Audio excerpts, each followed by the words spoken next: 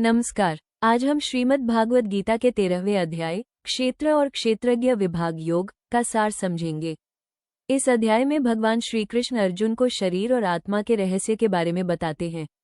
भगवान कहते हैं कि यह शरीर क्षेत्र कहलाता है और जो इस शरीर को जानता है उसे क्षेत्रज्ञ कहा जाता है। अर्थात ये शरीर वो स्थान है जहाँ कर्म और अनुभव होते हैं और आत्मा वो है जो इन सब का साक्षी बनकर देखती है।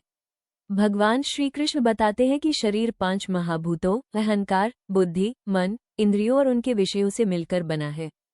इसमें इच्छा, द्वेष, सुख, दुख, चेतना और धैर्य जैसे गुण भी शामिल हैं। ये सब मिलकर क्षेत्र अर्थात शरीर का निर्माण करते हैं। लेकिन इन सब के पीछे जो चेतना है वही आत्मा है।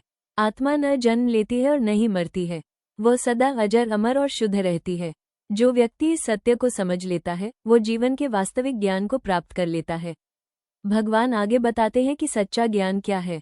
विनम्रता, अहिंसा, सहनशीलता, सरलता, गुरु की सेवा, शुद्धता, स्थिरता और आत्मसंयम ये सभी ज्ञान के लक्षण हैं।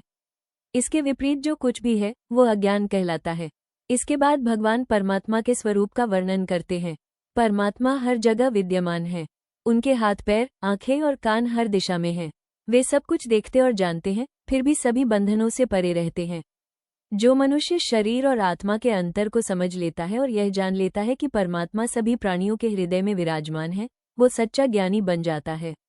ऐसा व्यक्ति मोह और अज्ञान से मुक्त होकर परम सत्य की ओर बढ़ता है।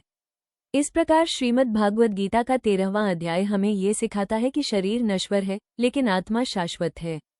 जब मनुष्य इस ज्ञान को अपने जीवन में उतार लेता है तब वो जन्म मृत्यु के चक्र से ऊपर उठकर परम शांति और मुक्ति को प्राप्त कर सकता है। धन्यवाद।